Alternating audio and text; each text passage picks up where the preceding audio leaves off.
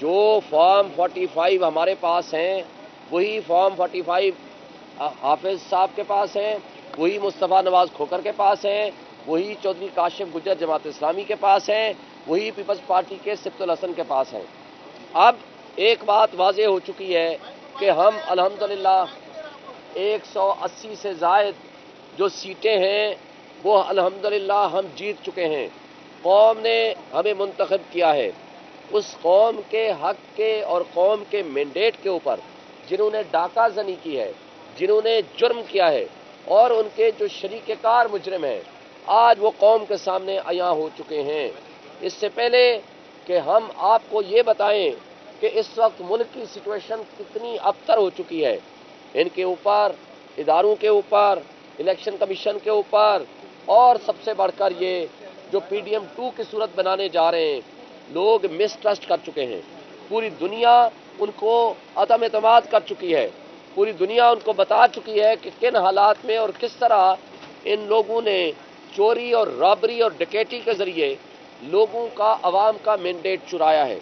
इंशाअल्लाह ताला वो दिन दूर नहीं कि जब ये सारे जो कि अपने आप को कठपुतली MNA समझ रहे हैं या MPs समझ रहे हैं, इंशाअल्लाह ताला वो अपने ज़मीर के सामने शर्मिंदा तो हैं, लेकिन अल्लाह उनको गैरत दे दे, हक और सच बात बोलने और एक्सेप्ट करने की तौफीक दे दे। मैं इससे आगे जाता हूँ, मुझे बताएं, क्या ये अपने आप को जो लीडर कहते हैं, अपने बच्चों के सामने, अपनी फैमिली के सामने, अपने हलके के लोगों के सामने, अपने वोटर सपोर्टर के सामने, इनको नहीं पता ये इलेक्शन हार चुके हैं? इसलिए कि इन लोगों के जो पोलिंग एजेंट्स बैठे थे, ये फॉर्म 45 वो हैं जिनके ऊपर उनके पोलिंग एजेंट के भी दस्तखत है। तो जब अपने सपोर्टर के सामने, अपने वोटर के सामने, अपने तमाम अहले खाना के सामने वो तस्लीम कर चुके हैं कि वो हार चुके हैं, बल्कि मेरे हलके में तो डॉक्टर तारिक फजल ने दोस्तों को और सहाफ़ियों को मैसेजेस किए और उनको कहा कि जनाब मैं हार चुका हूँ, क्योंकि ना हमारी परफॉर्मेंस थी, ना हमारे पास बयानिया था, हमने हारना ही था।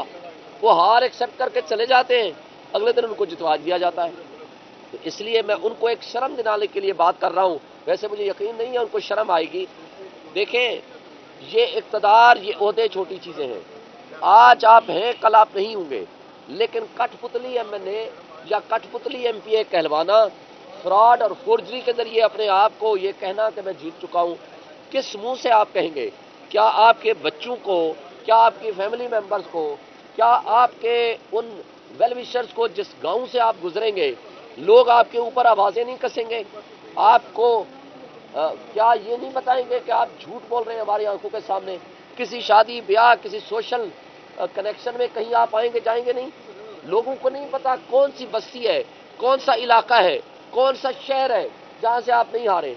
मैं दावे से कहता हूं कोई एक यूनियन काउंसिल से भी वो नहीं जीता बंदा, लेकिन वो कह रहा है कि मैं जीत चुका हूं। और इसी तरह की सिचुएशन बाकी हल्कों में है। तो मैं आज आपके तवस्सुत से आज सिर्फ उनको गैरत दिलाने की हद तक मुतवज्जे कर रहा हूं और तवज्जो दिलाओ नोटिस दे रहा हूं कि खुदा के लिए इस मुल्क के लोगों को झूठ मत सिखाओ, इस मुल्क के लोगों को डकैती मत सिखाओ, इस मुल्क के लोगों को रॉबरी मत सिखाओ, और जो रिटर्निंग अफसर इसमें मुलव्विस हैं उसके खिलाफ इंशाअल्लाह मैं आज ही एक तो तौहीन इलेक्शन कमीशन ला रहा हूं, नंबर 2 उनके खिलाफ मैं फौजदारी मुकदमा बनवाऊंगा जिसमें 7 साल से ज़ायद की सज़ा है, जिसमें तारिक फजल और रिटर्निंग अफसर और दीगर जो मुलव्विस हैं जिन्होंने फोर्जरी की है उनके खिलाफ लीगल एक्शन होगा। आज हमारा NA 47 का लीगल स्टेटस बता दूं, अभी आधे घंटे के अंदर इस्लामाबाद हाई कोर्ट का फैसला आ रहा है, हम उसका इंतजार कर रहे हैं। मुझे चीफ जस्टिस साहब के पास में पेश हुआ हूँ, रिक्वेस्ट की है, उन्होंने कहा है कि अभी इस वक्त फैसला आपको मिल जाएगा। यहाँ इस केस में सिचुएशन ये थी कि 11 तारीख को हमने पटिशन हमारी लगी 10 बजे और इलेक्शन कमीशन ने हुक्म जारी किया कि फर्दर कंसोलिडेशन यानी फॉर्म 45 का प्रोसेस रोक दिया जाए। हम लोग इंक्लूडिंग तारिक फजल और बाकी कैंडिडेट्स हम चले गए इलेक्शन कमीशन RO के पास। RO ने राइटिंग में आर्डर जारी किया, रिटर्न आर्डर है कि हमने कंसोलिडेशन प्रोसेस रोक दिया क्योंकि इलेक्शन कमीशन ने हमें रोका है।